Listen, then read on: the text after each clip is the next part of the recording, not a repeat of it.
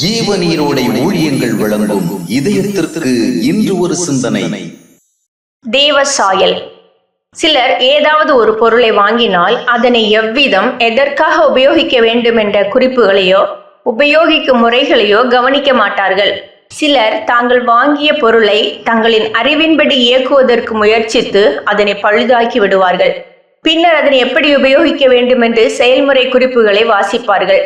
அநேகர் ஆவிக்குரிய வாழ்க்கை என்ற கருவியை எப்படி பயன்படுத்த வேண்டும், எதற்காக பயன்படுத்த வேண்டும் என்பது தொடர்பான வேதாகம சத்திய குறிப்புகளை கவனிப்பதில்லை. அநேகர் தாங்கள் ஜெபிப்பதும் வேதத்தை வாசிப்பதும் ஆராதனையில் கலந்து கொள்வதும் வாழ்க்கையில் ஆசீர்வாதங்களை பெறுவதற்கென்றே எண்ணுகின்றனர். அநேகர் தேவ பக்தியுடன் வாழ்வது என்பது நித்திய வாழ்வை அடைவதற்காக என்று மட்டுமே சிந்திக்கின்றனர். எனவேதான் ஜெபம், வேத வாசிப்பு, ஆராதனை, காணிக்கை என பல பக்தி ஒழுங்குகள் இருந்தாலும் அவை ஒரு பிரகாசமான ஆவிக்குரிய அனுபவத்தை விளைவாக ஏற்படுத்தவில்லை.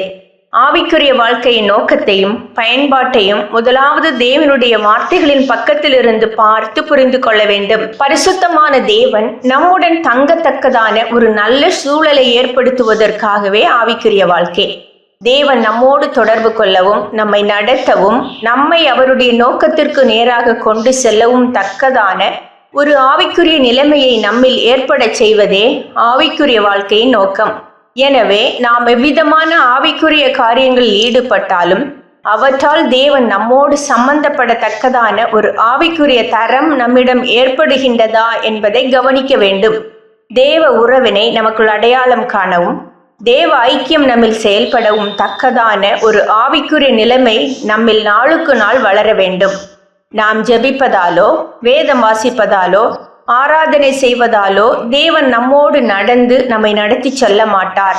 நாம் அவர் தங்கத்தக்கதான ஆலயங்களாக விளங்குவதில் இன்னும் வளரும் போதுதான் அவர் நம்மோடு சம்பந்தப்பட்டு நம்மை நடத்துவார். தேவ சாயலுடன் மனிதனை படைத்த தேவன் அவர் அவனோடு சம்பந்தப்படுவதற்காகவே அவ்விதம் படைத்தார். பாவத்தினால் தேவ சாயலை இழந்த நாம் மறுபடியும் கிறிஸ்துவின் ஐக்கியத்தினால் அந்த தேவ சாயலை பெறுவதற்கு வாய்ப்பு பெற்றோம். தேவ பக்தியுடன் மட்டும் வாழாமல் தேவ சாயல் நம்மிடம் காணத்தக்கதான ஒரு தரிசனத்தோடு நாம் வாழ வேண்டும். சிந்தனைக்கு, மனிதனுடைய நிஜ உருவத்தை உடலில் அல்ல அவனுடைய சிந்தைகளிலும் செயல்களிலும் பார்க்க வேண்டும்.